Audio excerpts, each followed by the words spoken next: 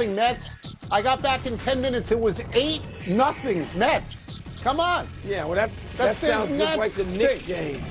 Because there was no drama. Non-competitive. No drama in the world's most famous arena last night. No. Absolutely. Welcome to PTI, boys and girls. In today's episode, the NBA floats a new anti-tanking proposal. The NCAA tournament plans to expand the field, and TJ Oshie joins us for 5 good minutes. But we begin today with last night's NBA playoff action.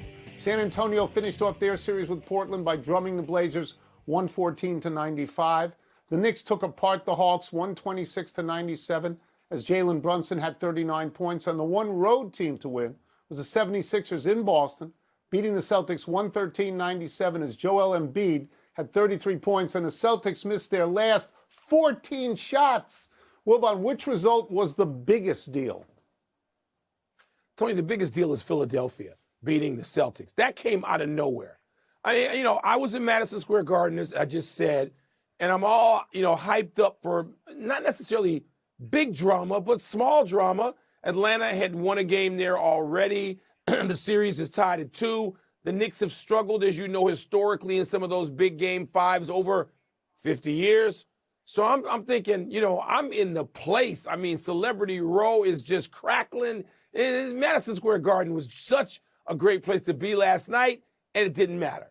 What mattered, I turned around from where I was sitting and had a flat screen in my face, and I could watch Joel Embiid lead the 76ers. Right. You got their big three together, which of course includes Paul George. So Embiid and George, two of my faves. Not so much for you. Yeah. They played together for only the 23rd time, Tone, so we don't get to peek much at them. This is what I anticipated 2 years ago with young Mr. Maxey. But it's that game. It's Philadelphia beating the Celtics again in Boston. I understand why you would say that. I understand. Joel Embiid had a great low-post game, particularly in the second half. His shots were on the average inside of 9 feet from the basket. He made 7 out of 10 in the second half. When they double-teamed him, he pitched out to somebody who was completely open. He either scored or assisted, I think, on 54 points for Philadelphia. Yes. But the Celtics were complicit in that game because they shot so badly. They missed their last 14. True. I believe they were 3 of 22 in the fourth quarter. We see this every year from the Celtics at home, usually once. This time it was twice. This time twice, and the Celtics are 4-11 since 2022, 4-11 or 4-13. It's a really bad record in the game after they win by 20 points or more in the playoffs. But, Mike, I honestly still think they're going to win, and so I'm going to differ with you here. I'm going to take 20 more seconds. The most important game and the biggest deal last night was San Antonio winning big. This was Wembanyama's first playoff series ever, and he aced it. I'm going to tell you why. He aced it. He missed one game with a concussion. The next 2 games he came back, he had a total of 13 blocks. He appears to be going 5 feet over the rim to block shots. I sat here in March. I said to you, they're going to win the NBA championship because not only are they that good, but they own Oklahoma City this year. They're scary right now, Mike. They're scary, and that's why I say it. That's why I say it. So we agree on that. I just think it's a little bit a tick too early. But, man, he's otherworldly. We will agree on that. Let's move from playoff teams to also-rans. The NBA has reportedly circulated a draft lottery proposal to general managers that the league hopes will dissuade tanking. The lottery field would expand from 14 teams to 16, and the 3 worst would no longer have the best odds of landing the top picks. Those odds would go evenly to the 7 teams who finish 4th through 10th. Tony, this has been a big issue for you all season. Does the proposal make sense to you? Any time that the NBA weighs in publicly on tanking, this is a good thing. This year, 6 to 8 to 10 teams were tanking almost all the time, if not all the time. And so the product that was put on the court was a dishonest product. At any night, 6, 8, 10 games were phony baloney games. And season ticket holders or just regular ticket holders for that one night were cheated out of what was an honest game by some long-term strategy to get low in the draft, get a high number, and make your team better, right? Yeah, tanking is a big deal to me. I look at this proposal, if I understand it correctly, what the NBA is doing now is incentivizing winning.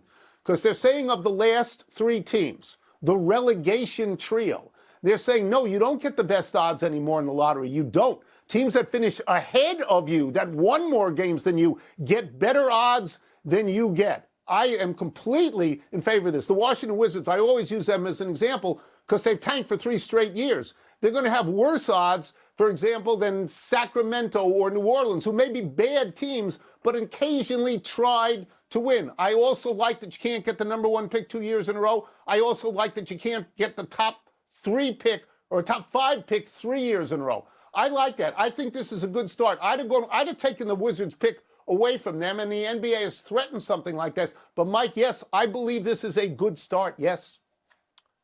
I believe this is phony nonsense relative to a bigger problem. I agree. Tanking this year was a problem. That's this year.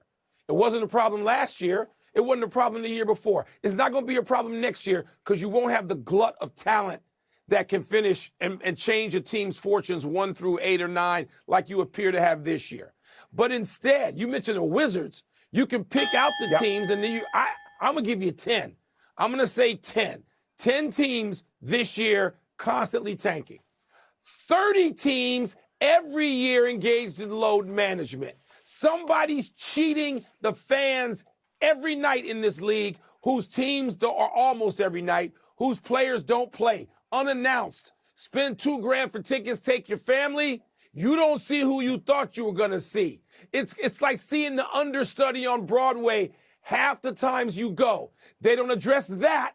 That's a much bigger problem. As you know, to me, I've been consistently on that hill, and I'll die I'm on the other side of that. Yeah, I'm on the other side of that. I would just say to you, I would expand the NBA's thing. I would include teams in the play-in to go into the lottery situation because I want to flatten the odds, because I want to incentivize winning. Yeah, the 8th place. Incentivize winning. They're included. I like relegation. I like that. It's too bad they can't relegate to the G League. We're going to send them. Yeah, that's what I was going to say. You send them to the G League. Let's stay with basketball, but go to college basketball, and the reporting that the NCAA tournament will expand from 68 teams to 76 teams next year. There would be 8 more play-in games for a total of 12.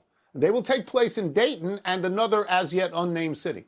Wilbon, would these additional games early in the week be objectionable?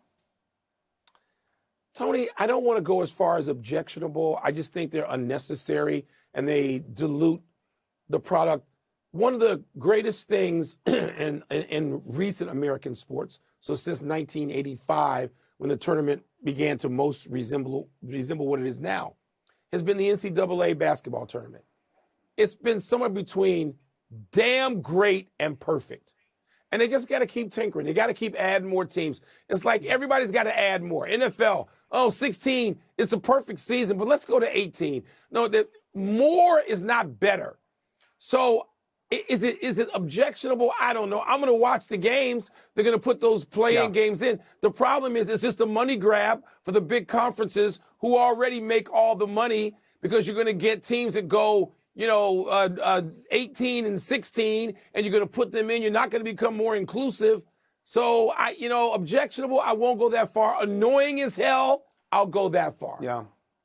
I think we're headed to 96. I think that's the goal. I think we're headed for an extra week of the tournament. I don't know when that's going to happen. In terms of this, if you tell me, I'd like to believe that the 8 teams that are coming in are going to be from smaller conferences instead of the 11th place finisher in the SEC, but I know that that's not true.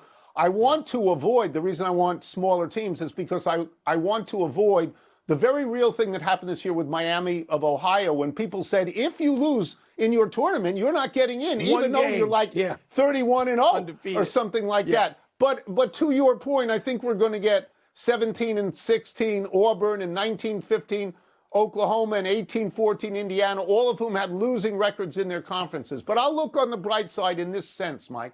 Like you, I watch the play-in games. Like you, I like the play-in games. I'm not opposed to the play-in games as long as we understand what they are. But don't let conference teams play conference teams. Don't gang up on the MEAC or My America East. Don't just throw people to the wolves. Agreed. You know, and if you don't do that, I'll give it a chance. If you don't do that, I'll give it a chance. Let's take a break. Coming up, Connor McDavid and the Oilers stay alive against the Ducks. But what do they need to force a Game 7? Because the Penguins beat the Flyers for a third straight time tonight. Oh, we got questions. Tony, the reason why it's not going to 96 is the big conferences are going to pull out. Because a big conference. We've got Stanley Cup playoff questions for our great friend ESPN NHL analyst TJ Oshie. Let's start with this. The Oilers avoided elimination last night. What do they need to do to force the Ducks into a Game 7? They got to play playoff-style hockey. They have to make things very hard on a young Anaheim Ducks team. Yes, they have some veterans, but they got to play a playoff-style game. No turnovers, no free offense in the neutral zone. The Anaheim Ducks get turnovers in transition. They're very, very dangerous. Make them defend all game. Edmonton has the big dogs to back it up and put points on the board. TJ, one of the stories that certainly on this show we've been rooting for has been Buffalo most, if not all, season. Well, the Bruins, of course, won an OT to send this series back to Boston. Buffalo, of course, is still up 3-2, but any reason that the Sabres should be feeling nervous right about now? That's absolutely the question. We wondered how they were going to do in a playoff-style environment. There's a lot of momentum swings in playoffs, either good momentum or bad momentum, and it's how you handle those moments. Can you just stick with your game long enough? Everyone wants to win in 4 games and 5 games, but a lot of times it's going to go to 6. It could go to 7. Can you stay with your game long enough? And that's been my question for Buffalo. Yes, they have the offense. Yes, they're extremely exciting, amazing fan base. Right now, I think this first period in this next game is going to determine how the rest of the series is going to go. Can Buffalo now push back and take control of that momentum and ride it off and move on to the second round? Well, speaking of can you stay with your game, the Penguins have come back from 3-0 to force, some drama in this series with the Flyers and can force a Game 7 tonight. What do you think the Flyers are feeling tonight? It's sort of the same story as Buffalo, right? They came into playoffs. Philly did absolutely buzzing. A month ago, we didn't even think they were going to make playoffs. All of a sudden, they go on this insane run. Martone, the young buck, just came up with them. He's been fantastic. But you'd start to see a little bit of the veteran presence with Pittsburgh starting to take over as the momentum shifts come. Anthony Mantha for Pittsburgh has been a monster. I played with him in Washington. He's a big guy, very soft hands. And if he plays fast and plays physical, he can really shift the momentum and really control a shift with his size and speed. Philly right now is going to have to grab this thing very quick. Yes, last game it was kind of a fluky goal off the back end wall, off the back of the goaltender's skates and in. But momentum is on Pittsburgh's side right now. I don't think you want to face Sidney Crosby in a Game 7. They're going to need a good first period. They're going to need to follow it up and make sure they don't give Pittsburgh and some of their young talent and some of their old talent free offense through the neutral zone. Let them freewheel in the offensive zone. Pittsburgh or Philly is going to have to be very, very sharp. You mentioned Crosby. You played with Ovechkin, who's near the end. Crosby came in around the same time as probably near the end. When you see Crosby in the playoffs like this as an older player with so much depending on him, how do you feel about watching him? I feel a lot better about watching them than I did playing against them. I'll tell you that. His experience, his all-around game is probably second to none of anyone that I've played against. He's good in every facet of the game, offensively, defensively. He's got a strong stick. He's still a great skater, even as he's getting older. It doesn't feel to me like he's lost a big step speed-wise, which tends to happen when you get older. And Sid in playoffs, he tends to find a way to elevate his game. It seems like when the pressure's really on, I don't know, someone put a heart rate monitor on this guy because it seems like his heart rate goes down, his effort goes up, and his focus gets clearer. He's honestly one of a kind. He was so hard to play against. I'm rooting for him now that I'm not on the ice, but I absolutely hated him when I was playing against him. We'll get you out of here on this. The game that you're at tonight, you're in Tampa for Game 5 between the Canadiens and the Lightning. We all saw that big hit. That was a monster hit that seemed to shift the momentum towards Tampa in Game 4. Is that something that can carry over, or is that done in that game? So I'm so glad that you brought that up. That's actually going to be a huge question mark. Playoffs last year, first round against my Washington Capitals. Tom Wilson throws a massive hit in Game 4 on William Carrier. At the time, Washington was up 2-1, but they were down 2-1 in the game. They scored on that shift, Washington did, took over the series, won that game, won Game 5, and ended the series. And Montreal never looked the same. They're a very young team, the youngest team in playoffs. So seeing a big hit like that, open ice right in front of the benches, I'm very interested to see how these young guys come back and respond. I think this is, to me, the most, I'd say, old school playoff type series going on right now as far as physicality, as far as stuff after the whistle. This is a very, very exciting series. We got some old dogs on Tampa, a lot of young guys. No one ever won a Stanley Cup besides the coach in Montreal.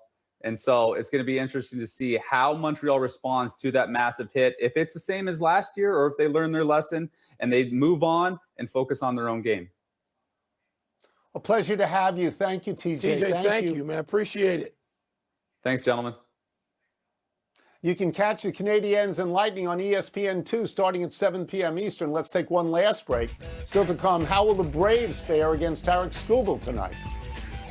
And will the Rockets and Pistons exit the playoffs tonight?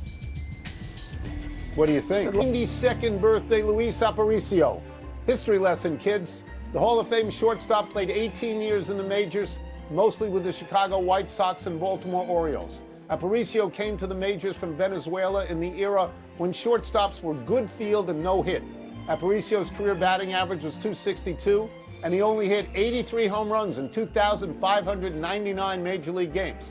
But he was a 9-time Gold Glove at short, a 13-time All-Star, and he led the American League in stolen bases 9 times. Aparicio was Rookie of the Year in 1956 with the White Sox, and he was on the Orioles' 1966 World Series champions. Aparicio at short, Brooks Robinson at third. No cheap hits there. Tone, you know about my Cubness, obviously, but in my house growing up, all of my first games were going to see at Comiskey Park little Louis Aparicio. Banks and Aparicio. My father was a White Sox fan only. I did not see Banks in person until I was 10. Aparicio, wearing number 11, I believe, in a White Sox uniform, he was the big figure in my days growing up. Great, great, great ball player. Happy anniversary, Randy Moss. On this day 19 years ago, the Raiders traded their star wide receiver to the Patriots for a 4th-round pick after Moss admitted he was unhappy with the lack of success in Oakland. The Patriots then had their greatest season ever, finishing 16-0. Moss set an NFL record with 23 touchdown catches, one better than Jerry Rice's old mark of 22. Moss was quiet in the postseason, but scored the go-ahead touchdown with 2:42 left in the Super Bowl on a 6-yard pass from Tom Brady. Unfortunately for New England, Eli Manning, David Tyree, Plaxico Burress, and the Giants had a late answer to end the Patriots' perfect season.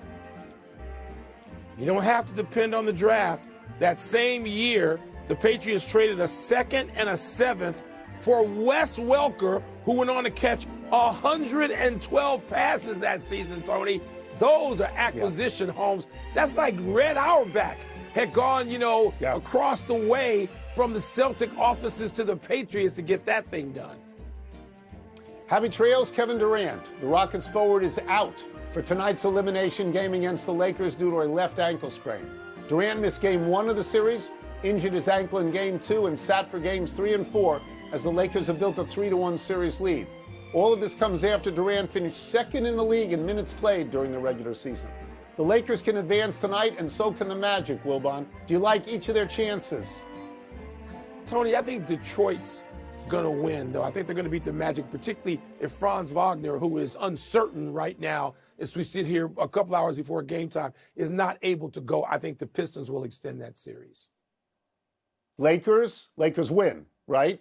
Lakers win at home, but they got to, they're working guys back into the lineup. It's not automatic, but Lakers win at home. All right. Let's go to the big finish then. The Red Sox placed do it. ace Garrett Crochet on the 15-day IL with shoulder inflammation. Your thoughts? Tony, a 6.3 ERA over the first 6 starts for somebody as effective as Crochet tells you something's up. You hope it's, not a long-term something's up. Phillies beat the Giants 7-0 in Philly's first game under Don Mattingly. Is that significant? What will be significant is if and when the Phillies remove the interim tag from Mattingly. That's significant. Tarek Skubal faces the league best Braves tonight. Are you intrigued? Yeah, nice little league game. 3-2 with a 2.72 ERA. Maybe not his best so far, but he's got plenty of time to get there. Mary Kay Cabot reports from Cleveland that Deshaun Watson has the edge over Shedeur Sanders to start for the Browns. I'm not surprised. Are you? No, they have much more money invested in him. Of course they want him to start. Last one, Yes, they Raptors do. and Cavs, game 5 tonight. Who you got? Cavaliers, I think, will win that series at home, but Toronto's got a little momentum having won both games in Canada. We're out of time. We will try to do better the next time. I'm Tony Kornheiser. I'm Mike Wilbon. Same time tomorrow, knuckleheads.